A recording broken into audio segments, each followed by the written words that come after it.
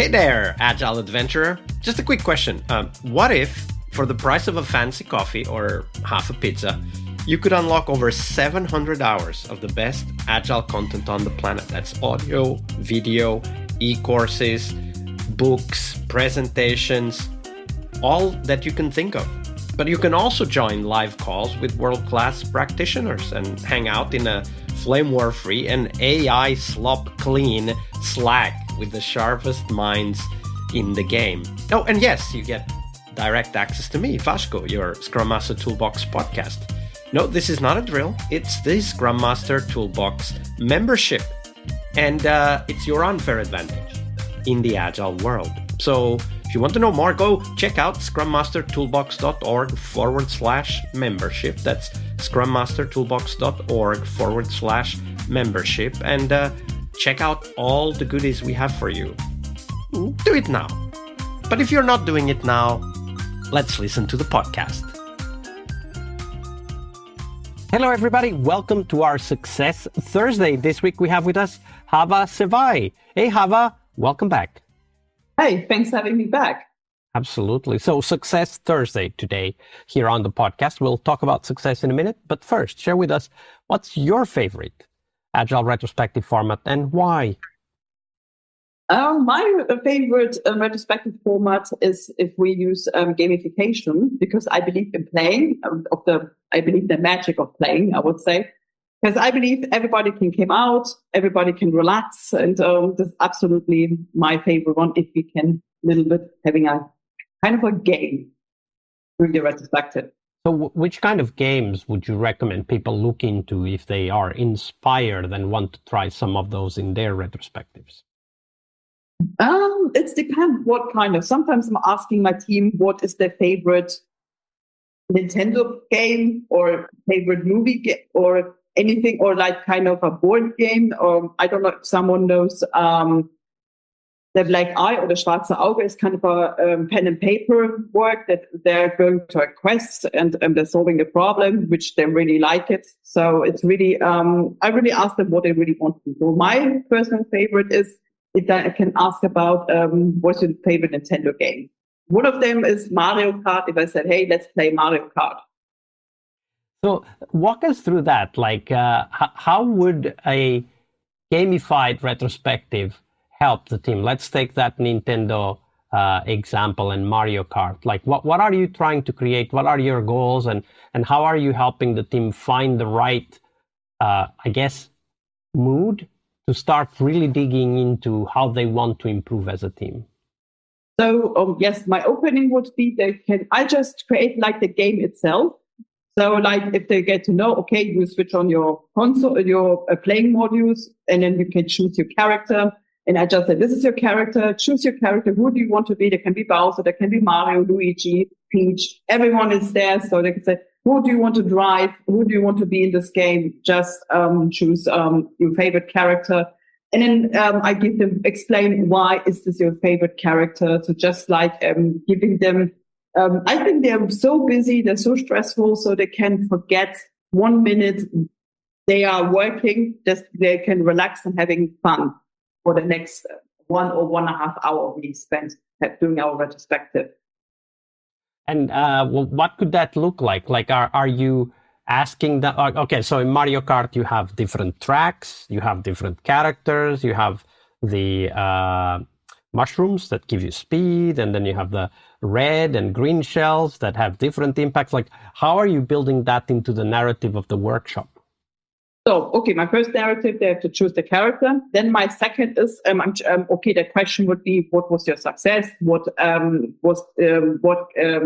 did help you? So I use also the icon, like, what was your success? Is the star, and how of course the mushroom for the speed, who helped you. And then you have got maybe some enemies like the bad mushroom, who's what was your impediment, and then the solution. Then there are maybe another mushroom or another icon to say. So this is how we said. This is how I set up and said. Imagine we are on our racing car. We know on our trip. So what do you think? And then this is how the narrative is like. So they tell me then about, like, in a Mario way, to say, okay, Mario didn't like it, or this is, or what they like to praise each other. That I also have stars and give it to my other fellow who did help me. So just like motivated, oh, that's great that we are part of a team. And in the end, if I do my closing, they give me the feedback. So they said what they want for the next time for the other games. So like not giving the feeling, hey, and also like our action points, we discussed it. Okay, this is the Mario checklist. What does Mario wants for the next time? So this is like really giving them like a little kind of a game. Yeah. So my favorite would have been the piranha plant because it would eat all the impediments away. That would be my favorite. So we need more piranha plants as Scrum Masters, that's for sure.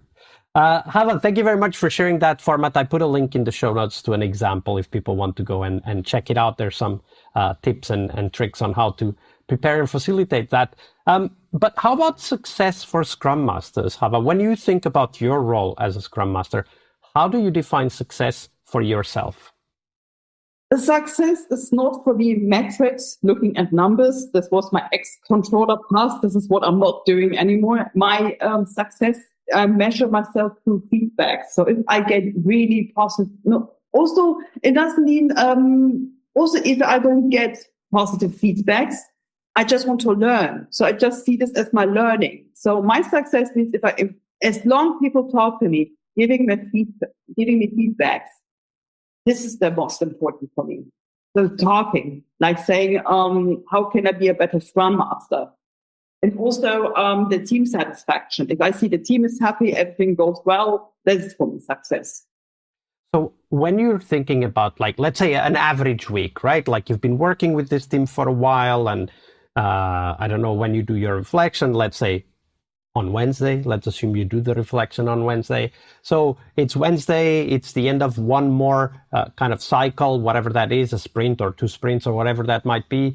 And you're thinking, how close am I to success compared to where I was before? How do you do this reflection?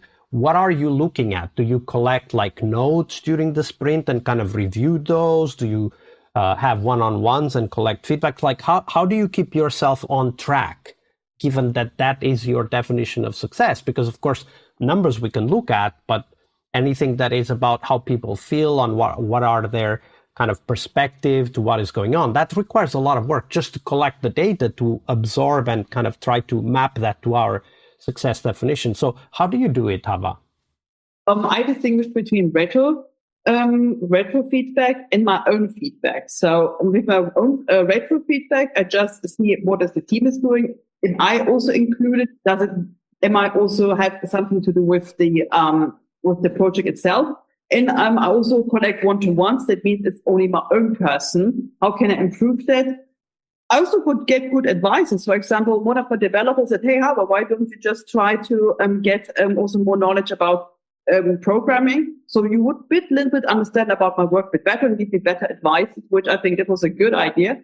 Which I also did my Scrum for developer. So I really put myself as a developer, and I said there was the most difficult training I ever had, because I really had to put my feet out of my Scrum position in the developer. And I thought, this is day work. This is what we expect. It was tough, but I think it was a good idea, a good advice from one of my developers to put my shoes in a different position. Yeah, and that's actually a great point, right? Like look at our work, but start to look at it from the other's perspective. I was coaching a team where they were producing a system for other teams to use. And the other teams were kind of complaining, no, this is it's too hard. There's too many things to do for something we could do much easier with, I don't know, a Kanban board or a piece of paper or a couple of Post-its, whatever that might be. And I was trying to help this team realize that, hey, the role we have as a team is not to produce the system. The system is the tool we use. But the role we have as a team is to help those other teams do what they need to do. So let's look at our system as if we were the other team, right? Like kind of really shifting the perspective, taking the other teams, customer teams in this case, perspective, and kind of analyzing, are we really giving something of value to these teams? Like, are we really helping make their lives easier, right? And I guess it's a bit of that you are talking about, right? Exactly, yes. So really, I think this is most of my colleagues, we discussed already. I said, put your shoes in a different position. I believe this is that would help us for our day-to-day work. We know our universe, we may be really magical, but understanding from the other perception, this is more helpful and this is more for team success.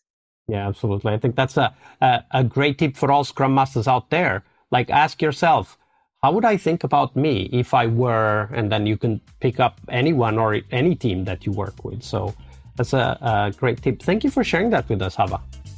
You're welcome. All right, I hope you liked this episode. But before you hit next episode, here's the deal. This podcast is powered by people like you, the members who wanted more than just inspiration. They wanted real tools and real connection to people who are practicing Agile every day. We're talking access to over 700 hours of Agile Gold, CTO level strategy talks, summit keynotes, live workshops, e-courses, deep dive interviews, books, and if you're into no estimates, we got the pioneers of no estimates in those deep dive interviews as well. Agile business intelligence, creating product visions, coaching your product owner courses, you name it. You'll get invites to monthly live Q&As with Agile pioneers and practitioners, plus a private Slack community, which is free of all of that AI slop you see everywhere, and of course, without the flame wars. It's a community of practitioners that want to learn and thrive together. It's the best place to connect with community and learn together. So if this podcast has helped you before, imagine what you will get from this podcast membership. So head on over to scrummastertoolbox.org/membership and join the community that's shaping the future of Agile. And we have so much for you. So check out all the details at scrummastertoolbox.org/membership, because listening is great, it's important, but doing it together, that's next level. I'll see you in the community Slack. We really hope you liked our show. And if you did, why not rate this podcast on Stitcher or iTunes?